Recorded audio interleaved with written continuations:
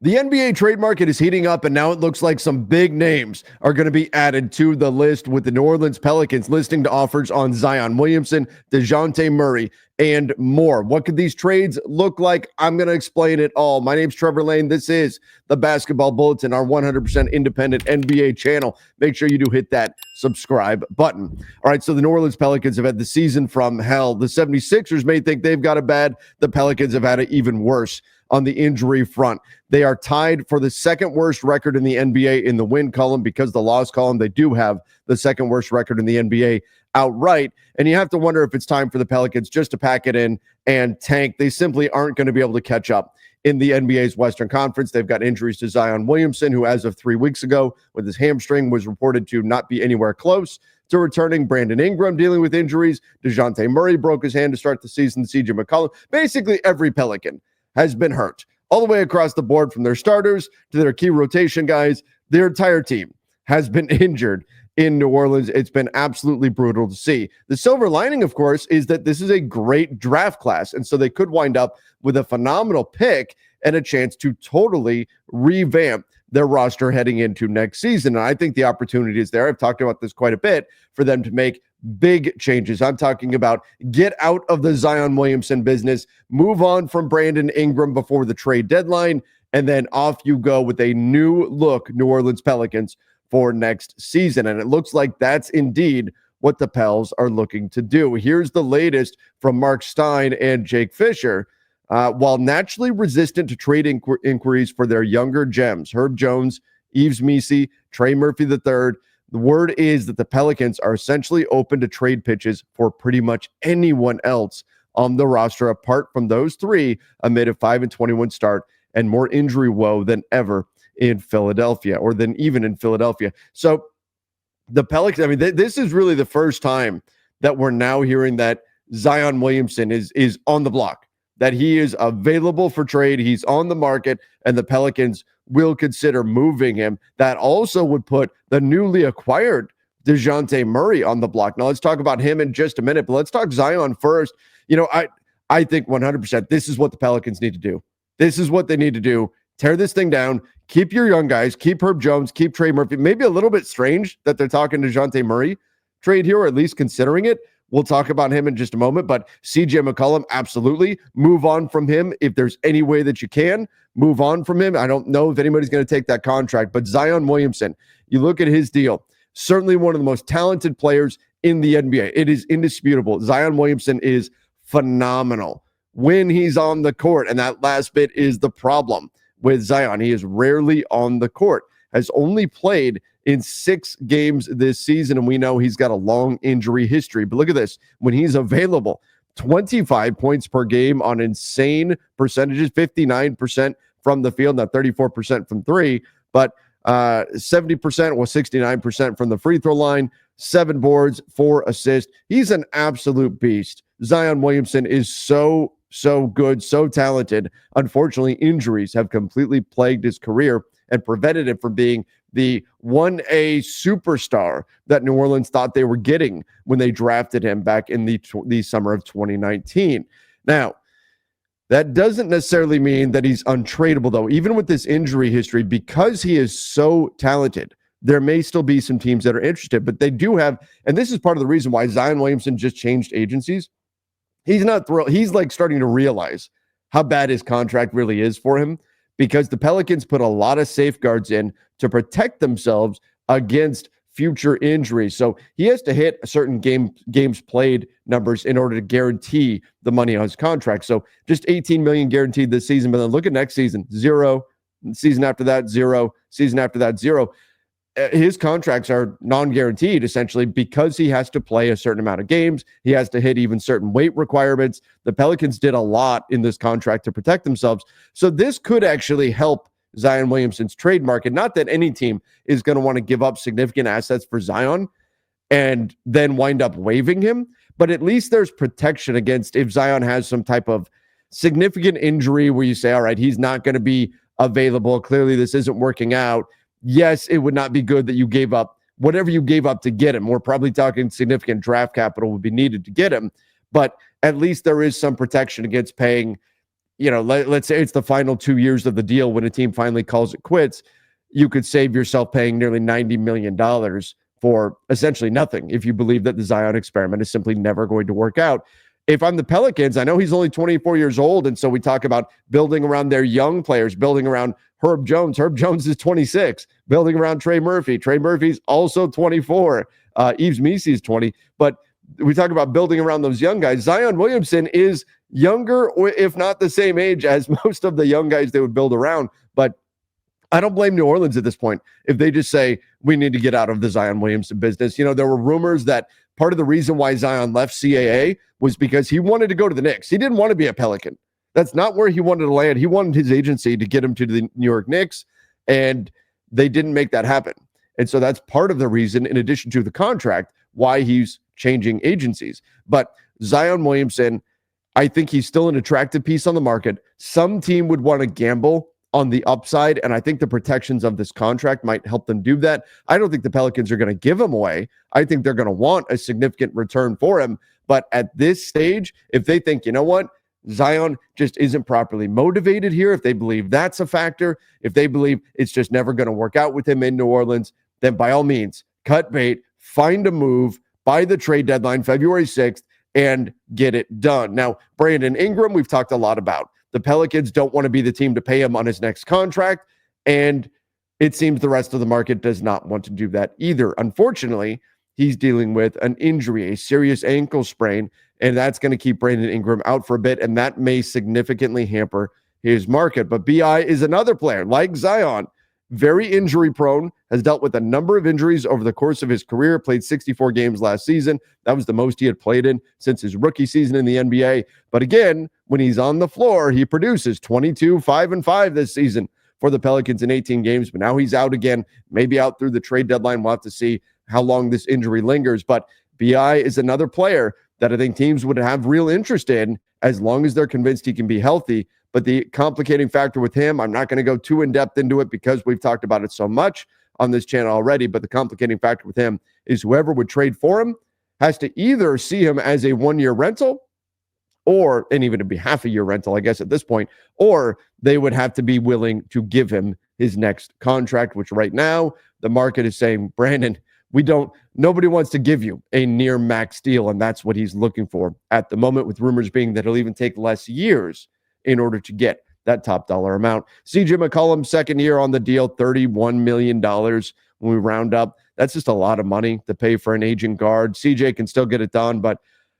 I think just the dollar amount is going to be tough to move on. If there's any way they can move on from CJ, even if it's just for neutral value, I'm doing it if I'm the Pels. But the interesting one is Dejounte Murray. At 28 years old, he could conceivably be part of their future, and they just traded for him. But if Missi, Herb Jones, and Trey Murphy III are the three, I don't want to call them untouchables, but the three guys they don't want to trade, that there's a big name there that's being left out. I get them wanting to move on from Zion at this point. I'd be in the same spot if I'm the Pels. I get them wanting to move on from Brandon Ingram. I probably wouldn't want to give him his next contract either. CJ McCollum, yes, move on from him. Dejounte Murray not making the list of the three players they don't want to move is absolutely fascinating because the Pels over the summer, it was in June, right before free agency really kicked off, they gave up a lot to get Dejounte Murray. They gave up Dyson Daniels, who now looks like an all-defensive team player. He's been fantastic for the Hawks. They gave up 2 first-round picks, including the unprotected Lakers pick this year and a 2027 first-round pick. Plus, they gave up Larry Nance Jr., who's got some value. Teams are already calling the Hawks about him, even though he's not played a ton. So this was a significant trade for the New Orleans Pelicans, and now they're already perhaps ready to move on from Dejounte Murray. I think age-wise, he's kind of on the cusp of being part of their future, as part of their young core, right, of the future at 28 years old. And so I get why they'd at least want to listen if they're truly going to tear this thing down, tank, hope to get Cooper Flag or one of these other top-tier talents in the draft. Maybe you're looking at, okay, it's a few years from now before we're going to be good again. And at that point, is Dejounte Murray 30? Is he 31? What does that look like? I understand why they'd at least listen there, but really solid contract for Murray, $29.5 million this season, $31.5 million the season after that. And then you've got $33.5 million after that. And it's a weird guarantee next year on his contract. Almost all of it's guaranteed. I mean, I don't know what that really does. Of course, you're going to just keep him at $31.5 million, but then has that player option at the end at $31.6 million. Quality player, Dejounte Murray. He's defensively hasn't been what he was when he was with the San Antonio Spurs. One-time All-Star with San Antonio, has not been that quite.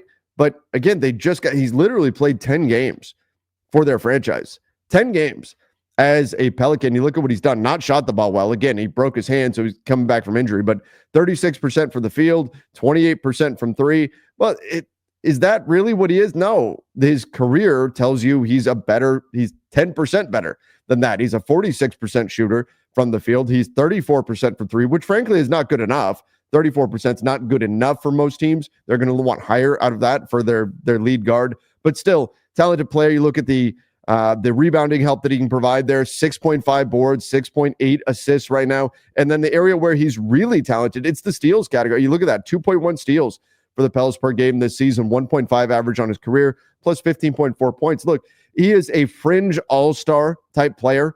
He does settle for the mid-range quite a bit. That's where he's at his best. And I know that is not en vogue in the NBA right now. Most teams want guys that can shoot high volume from three or get to the rim and finish really well there. Historically, he's not been a great finisher at the rim, but he's a very talented player. And I do wonder if on a better team around him, if the defensive talents that we saw in San Antonio do ramp back up. And if that happens, I think Dejounte Murray's value actually goes up, even as his counting stats may go down. So it's a pretty reasonable contract if he's able to hit his ceiling and get back to, I don't know, let's say a 17-point per game guy on solid percentages, giving you 6 or 7 assists, plus as a real defensive ball hawk. If he can do those things, then he's probably worth the money that he's getting here. So interesting that New Orleans would consider moving on from him at this point. But again, it's been the season from hell for the New Orleans Pelicans. Just to pick a few landing spots,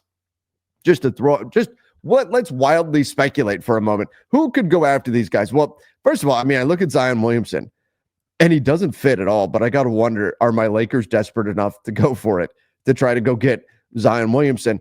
I would not recommend it, but I mean, that's kind of what you're looking for, is a team that's looking to buy low, that's willing to take the risk.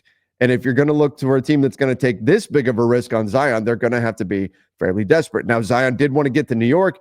I don't necessarily see the Knicks trading for him. There have been some rumblings about, could the Warriors get in on Zion Williamson?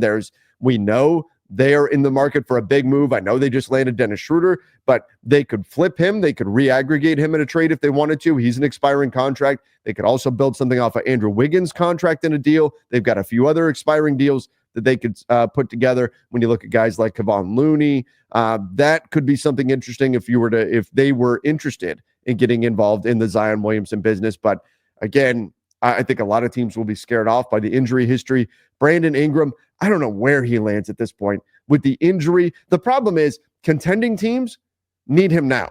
They need him to be available right now. They need him to be 100% healthy.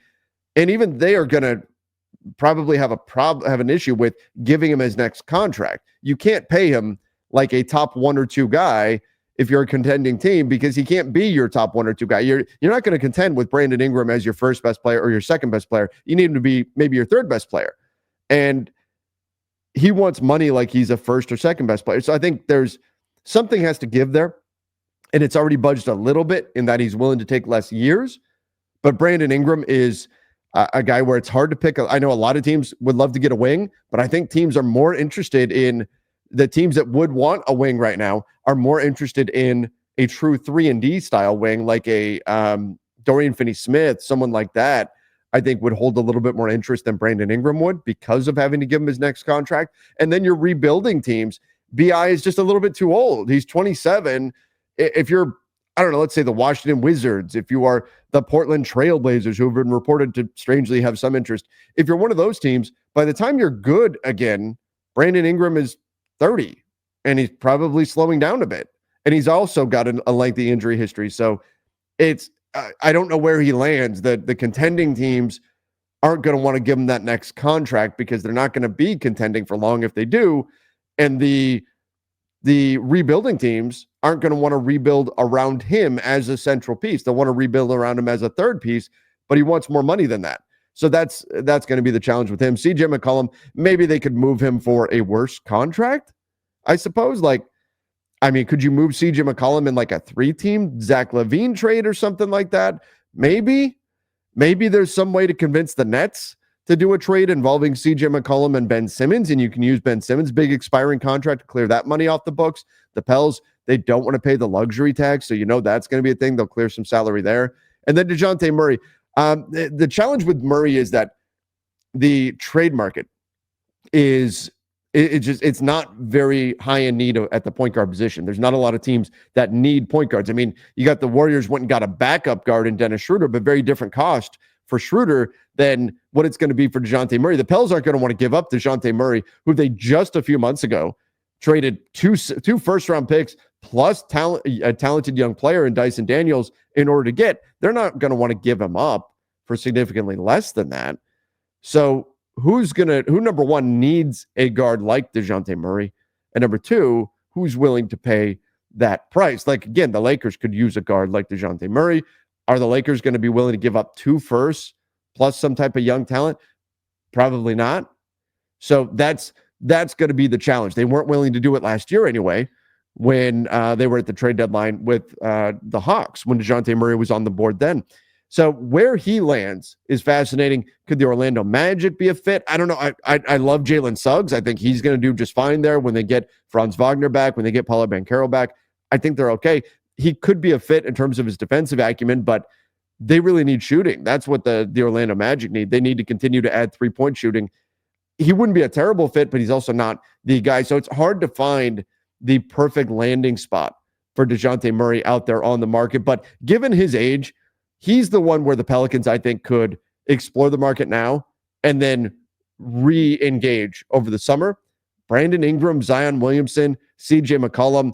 Man, if there is anything available that makes sense for those 3 guys, if I'm the Pels, I am moving them, and I'm moving them right now. I think you can still lose plenty of games if you're off of those guys, and it's Dejounte Murray, Herb Jones, Trey Murphy, and that's kind of your team moving forward. You will still lose plenty of games this season. You will still wind up with a very high draft pick. You don't have to move on from Dejounte right now. But Zion, B.I., CJ, I am seriously, if I'm the Pelicans, serious, and I think this would make their future so much brighter, doing what I can to find real solid offers for these players and pulling the trigger.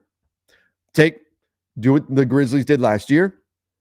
Work on finding diamonds in the rough this season.